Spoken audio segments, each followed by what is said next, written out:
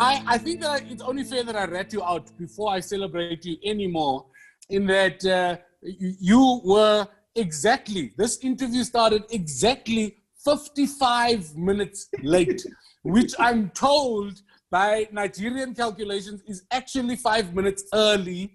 Am I onto something, boss? You guys are in a hurry. I don't know why you guys are so much in a hurry, man. Take it easy, man. Slow it down. Where are you guys rushing to, man? Where you rushing to, man? I wanna ask how are you, but I think more importantly, and before you tell me how you are, I want you to tell me, and I hope that I'm the first person to ask you this question, because I've been trying to start all of these the same way. I want you to tell me, what has been your favorite thing about the COVID-19 lockdowns? What's been your the good stuff? I don't want anything negative. Tell me what your favorite takeout has been. First of all, the favorite takeout is family time. Like, it's one thing I never had a chance to enjoy. Like, I'm always traveling and always out of town, but this time around I had no. But it kind of like ruined everything, because now I've been grounded for 5 months and Lagos is open again. I'm about to start going out and my wife is not used to it. So she's always like, where are you going to? I'm like, babe, have you forgotten? I used to be out of town for a while. So right now I'm going to travel for no reason. I'm just going to travel. Don't even have shows. I just traveled like 3 weeks. So I need to remind her. Yeah, but the family. You got to ease her into it. Yeah. I need to ease her into it. Now let's talk about the family time. Like, what I've been able to appreciate, just like you, is the fact that we're at home more.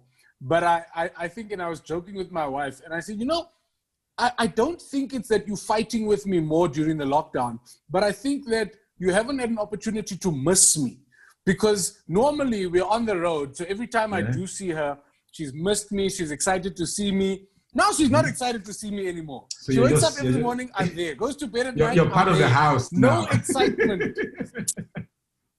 Tell me about your experience. How have you found it? Married life, family life, through this stuff? Yeah, for my wife, I'm just so happy that my wife is brilliant, because my kids had homework. And it would have been a mess if she wasn't helping out.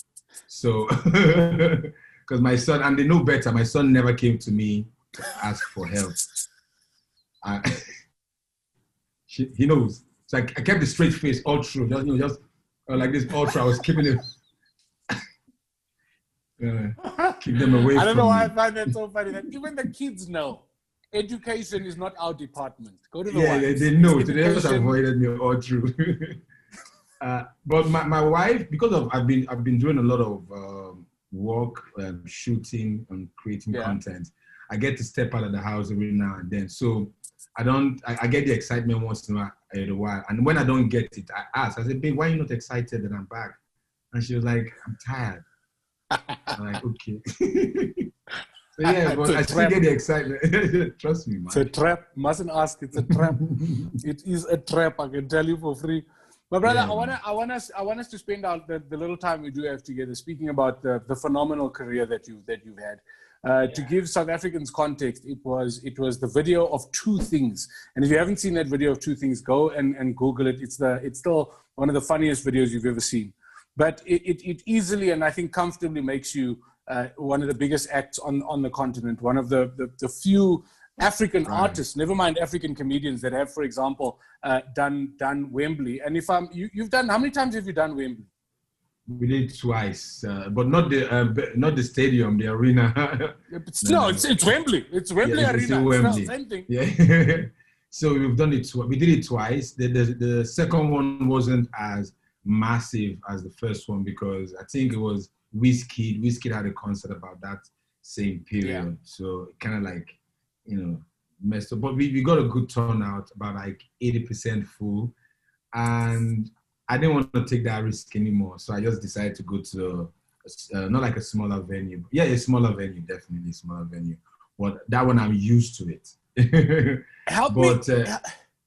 Yeah, go ahead. I struggle because, you know what, one thing I find, and because I've performed with so many African comedians, I kind of guess that some of the stereotypes are the same across the continent. But one of the things I think that holds us back as Africans is we don't believe things are possible. Like we in our minds play to that old stereotype of things like saying, I've played Wembley. It's for Europeans, it's for people from the UK, it's for Americans, it's not for Africans. Africans can't, like almost like we don't give ourselves the right to do it. You seem to, you don't think that way. I've seen you destroy audiences in Switzerland. I've seen you destroy audiences in South Africa. I've seen you, and Wembley. So what is it about Bright that doesn't seem to have that African restraint? Is it a Nigerian thing? Is it just because you are you? What is it? Okay, so for me, I think the reason why I do it, it's first of all, I love the art. I love comedy, and I want people to see what I've got to offer, you know, as a stand-up comedian and also a content creator and all that. Yeah. But now, when it comes to the concerts, it didn't just start with the O2 and Wembley. It started from a small venue. So what I did, I wanted to see how the reception was going to be. And this is, I'm referring to London right now. So we did the first one. It was a small club with about 200 people. And it was sold out in a couple of days. So I told my guy, my partner, who is still my partner to date, Rocco, I was like, let's do another one. Let's get a bigger venue. And we did a bigger venue, which was 500, and it was sold out. And the people out were more than the people inside the venue. And this particular place was opposite the Indigo at the O2. So I came out of the venue and I was like, why not book this one? Let's try this next. O2. Let's see how it goes. The O2 Arena. That's yeah, next. So I was like, let's do it. No, not the O2 Arena, the Indigo. Yeah. Okay. But it's the same. They said the O2 Arena now. That's too big. But so this is about like 2,500 seater venue. So let's do it, and we did it, and it was sold out. And we did it like 5 times. And one day I told him, I was like, can we go a little bit high up? Like, can we step up a little bit? Yeah. And he was like, how far? So I was like, let's do the Apollo. Let's do the Hammersmith Apollo. Yeah. And he was like, let's do it. And that was about like 4,005. And we did it. And I'm not restricted because I would rather do the venues that the Western, the bigger comedians do their shows. Why? Because it only makes the brand more acceptable. Because when you put it on those platforms, when you put it at venues like that, even the people that don't know you, because they are used to certain comedians playing that venue, they want to know if they want to check you out, and that's the reason why I don't use venues that Nigerians are used to. So I like to use the venue, because I want to put my brand in their space. I want to put it in their face. So that way, because my target is not to get Nigerians to come for my gigs. Yeah, that's not the target. My target is to get comedy lovers to come. I want comedy lovers to come for the show. Yeah. So dude, that is such an insightful. Yeah. So the first thing, and I want to break this down because I feel like this is so important what you've just said. The first thing you understood is understand where you want to position your brand. Traditionally, if you're going to be positioning your brand in places or spaces that are deemed as off the beaten track, the no name brand guys, you're going to go there. But if you want to do it properly, do it properly. And even if it takes a number of years to prepare yourself and your audience, always be positioning your brand at worst on the same level as the big brands within that country. Yes, exactly. And that's exactly what I'm trying to say. You just made it more, more fashionable. You put some nice on it. Some spice on it. Yeah, but that's the whole truth. Because if you limit yourself, because a lot of people are comfortable being on top of the bottom. And I've said that before. Like you shouldn't just because this venue is where everybody's doing it because I'm selling this venue, I'm the king. No, go out there and do bigger venues. And that's it. So when we did the Hammersmith, we did it twice. Now the reason why we went to the Wembley wasn't a choice. No, it was we had no other choice rather, we were forced to, because they shut down. There was a show that happened right before my gig, and there was a fight, and they canceled my show. So I had to change venues, and the only venue available was the Wembley. And my partner was like, do you want to do it? 12,000 people. Now this is me going from 4,500 to 12,000, more than that was a big jump. So I was like, you know what? Let's do it. All we need to do is to amplify the publicity, and let's push it. Let's create good content, something that, let's make the content entertaining, so people will be excited to watch the promo, and we'll just infuse the information in there. So what we need to do is to entertain them even before the gig. So that's the easiest way to get them to get all the info, because people are tired of seeing adverts. So that was why when I started doing the skits and, plug in the adverts, and that's how we pulled it off. I don't want people to miss this. So you're right. Audiences were tired of just seeing posters. So what Basketmouth started doing is he started creating these little skits that were so magnificently produced. And I don't know if it was a conscious thing for you, Bright, but what I've picked up is a lot of people advertise, follow me, follow me, follow me, follow me. And then when you follow them, you get to their page and there's no content on their page that's actually worth following or worth bragging about. But I'm kind of picking up like a trend here. You got to position your brand. So have your shows in the type of venues that the big acts would have their shows in. Don't be scared of that. I don't only want to invite Nigerians. I also want comedy lovers. So people in the UK, for example, that have never heard of you are first going to check out your social media. If you check out Basketmouth's social media, he is producing easily the best content on the continent. And I'm talking about not only the type of content, the funniness, but the quality of the content. So is it like, do you have like a genius that you're hiding from the rest of the comedy world on the continent that is putting your brand strategy in such a way that it is bulletproof? Because for me, there's no angle that I can attack you. Your digital content is unbelievable. You're on TV every single day. You sell out the Wembley. All of those things make absolute sense. And yet you're the nicest guy in the world, which is the thing that I talk about all the time, is that you're the nicest guy in the world. Are those things on purpose? Is that intentional, those things that you're doing? It's intentional because of the goal, because of the journey I'm on. My dream is to get to, and I make the obstacle the way, right? So because of how it is for everybody.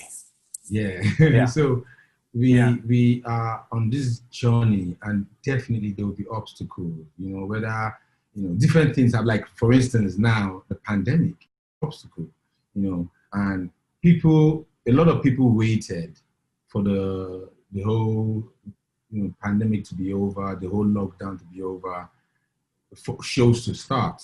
We were waiting, and it took longer, you understand? It took longer and longer for anybody to even have an idea of when the vaccine was going to come, and right now shows are dying. So for the people that waited, right, they are very exposed. But for the ones that actually saw what happened in lockdown and use it as an opportunity to create content and make money off it, those are the ones. Those are the kings right there. So that's what I tell people to always do: make the obstacle the way. So I'm gonna write that down. I'm gonna tattoo that. Make the obstacle the way.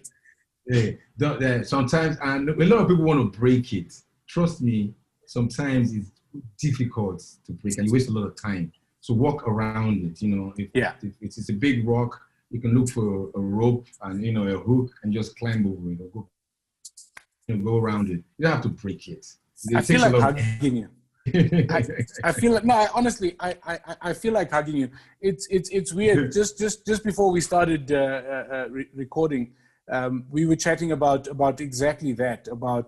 Because the way I've been describing it, like, and I think that you just take it further. You just look at it like it's not just the pandemic, but I've been like, this lockdown that we've been on is like the bed of hot coals. And in those team buildings, people run over the bed of hot coals, and you wonder why they don't get burnt. And they don't get burnt because they don't stop if you stop moving, your feet burn. As long as you keep moving, you're going to be fine. And what you're saying is instead of freezing, instead of seeing an obstacle and thinking there is no way, just keep on going.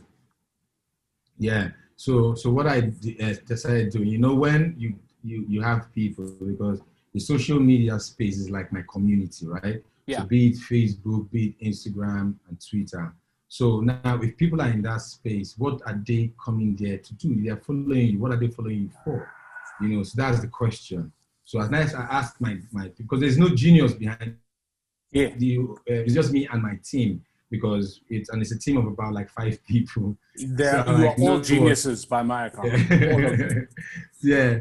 So we're like, no, guys, we need to create content. We need to entertain people, and we need positive content, because we looked around, and if you look at social media right now, there's a lot of negativity. There's a lot of, you know, trolling. You know, it's too much. So let's make my space that happy place, right? So even if people start following me, let them, you know, when they come, whenever they want to chill, whenever they want to have a good time, let my space be that place that they come to and just chill. So to do that, we need to create content that have that are serial, like, you know, like the inspirational quotes, you know, and stuff like that. Something that that are seasonal as well. So that's why we say create stuff, and it's all making so much sense to me. So I've been fascinated not only by the amount of content that you put out, because I understand your schedule. I understand that you're working all the time. You're either shooting. If you're not shooting, you're producing. If you're not producing, you're now making content. And I was always questioning why you would invest so much money on content that you're giving away. And that's because I hadn't done what you did. You asked yourself the question, these people that are following me, why are they following me? And what do I have to offer them? So you understand it like your page is like a channel.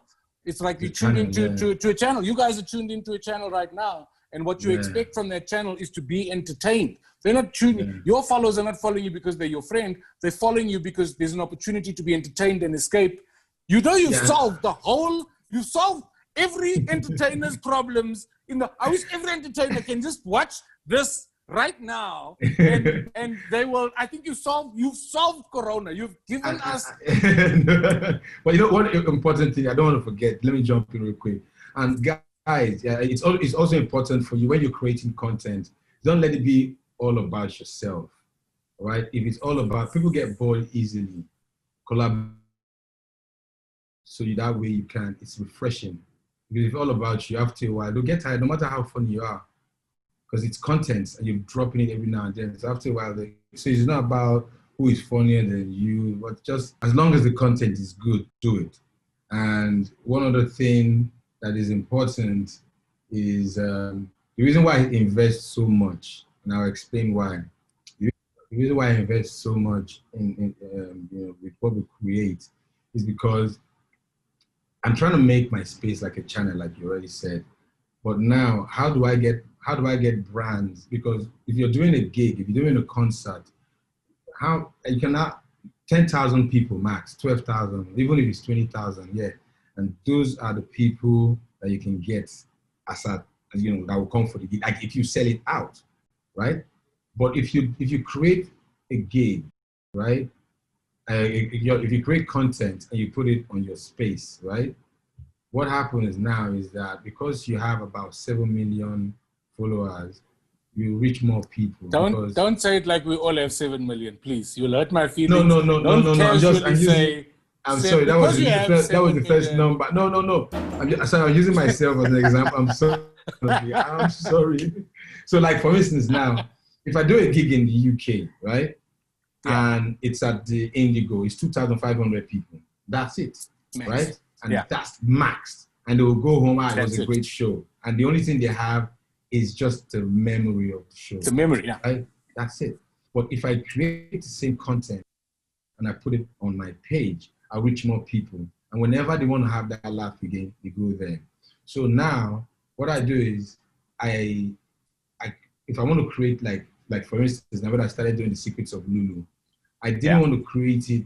I didn't want to produce what, like, I'll give you an example. In Africa, we complain about the government. Oh, the government, they travel out and they see how good things are in the Western. They come back and they do nothing about it. Yeah. I've said that before.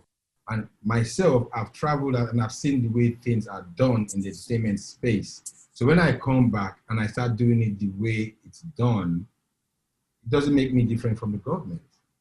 So I have to live by example. So because of I've seen these things out there, I have to bring it back and live by example. And that's one of the core reasons why I create this kind of content. It's just because I'll hate myself if I've seen better things out there that I'm part of, and I come back and I give my people crap. Is that part of your life outside of comedy? That type of thinking? Is that the way you live your life all the way through? Is that, because I'm always trying to lock things into my memory and into my mind, especially little tidbits like you've just given us now, to make sure that I can apply those things. Because what you're saying is understanding it and not doing it is a sin. If you understand it, you must do it, and you must hold yourself to that same standard that you expect.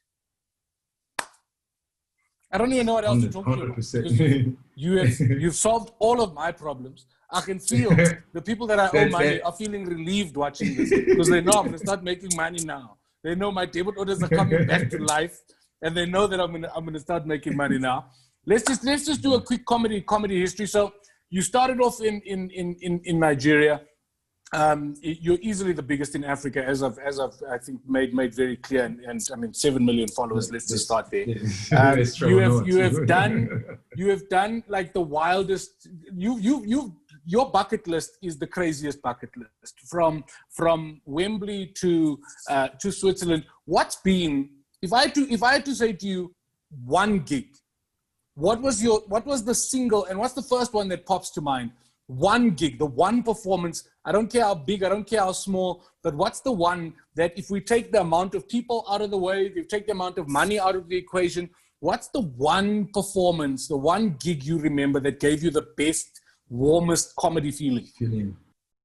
Okay, I'm going to tell you, there's a brief history behind this one. When the first performance from a comedian that I saw, the first comedian that I saw perform was Eddie Murphy, right? Like about 23 years ago, it was Delirious, and yeah, it's crazy. And I was like, this is what I want to do, right? And he made me start comedy, right? So I started doing comedy, and I just followed my heart, right? And for some reason, it was a miracle, and I think it was a gift. So I met with Russell Peters some time ago in Canada, and at the Just for Laughs festival, and we started talking, we started communicating, and he told me to tour with him because he saw my performance. He saw two things involved as well, and David Cow also said good things about me to him. So David made it a good friend. So David was the one that actually sealed it. So when we met, he straight mentioned David, that David had spoken well about me. So we became friends. So he told me to tour with him. And eventually we went to DC to perform. And you won't believe that venue, same stage, that Eddie Murphy shot Delirious, was where I had to perform. Shut your mouth. Yes. Yes. The same room. The same green room. Yes. And the video is, I'm going to send it to you. The video is on my page somewhere. It was amazing. It was the greatest feeling. Like, I was like, damn. The same stage that Delirious was filmed on. Eddie Murphy's Delirious. Yes, I did. That was the stage I saw. I was like, I want to do comedy. I was so excited, man. So, and I kind of killed it. It was amazing, man. Humble. I told you guys, humble for no reason. He deserves to be arrogant. That's the least you deserve. You worked so hard, you've achieved so much, but always the nicest, most down to earth. And dude, I feel like that's the headline of our little chat. Where do we go from? You performed on the same stage that Eddie Murphy recorded Delirious on. Yeah, I will tell you this, Brian. Thanks to Russell, man. The reason that no, not thanks to Russell, thanks to you. Because if you weren't so nice, if you weren't so funny, so professional, just so all of the things that I think is to be celebrated about African comedy, you would never have been there. So you deserve it, even though I'm very jealous and thinking dirty words that I'm not allowed to say in this interview. I want to say that nobody deserves it better, my brother. Thank you so much for being here. We wish we could have seen you live in JICF. One last thing. There was something I was thinking when we were having the conversation. It's about content. I was going to tell people, like the other content creators and comedians, most times it's important. I didn't realize this until very late. Not very late, actually, until but I could fix it. When try as much as possible to always be in a good space, right? Because positive attracts positive. So if you're a creative, you're a writer, most people will travel and go to, somewhere that they can afford, right? But if you can't afford it, all you need is peace. If you can't find peace from your environment, find peace from within. Right, is when you're in because the ideas everywhere. There's a lot of ideas. Just about all you need is just to be in the right space, right? You have to have pure heart, and most times it's not about being the best on stage. It's to be remembered. Yes, two things. Ladies and gentlemen, the king. Basketmouth. I think we're gonna leave it there, my brother. I want to wish you and your family just health and lovely things and happiness. And I think most importantly, I wish you even more peace, because I agree with you. That is the thing that we should be seeking. Yeah. I wish you even more peace. I wish you could have been here for the Lockdown and Loaded comedy show. Yeah, but you are here with us in spirit. Thank you so much. Are you guys gonna do it next year? Are you guys gonna do it next year? We might even do 2 because we missed the stage. We might even do 2. Make it longer. Make it 2 weeks or a month. We'll do it twice. We will do it twice. And my brother, I'm not even going to lie to you. The fact that you even answer our calls is a compliment. So I salute you. We salute you. And on behalf of everybody at JICF. You guys are amazing, man. You guys do great work too, man. We're just trying to keep up, baby. We're just trying to keep up. That's Basketmouth, everybody. What a legend.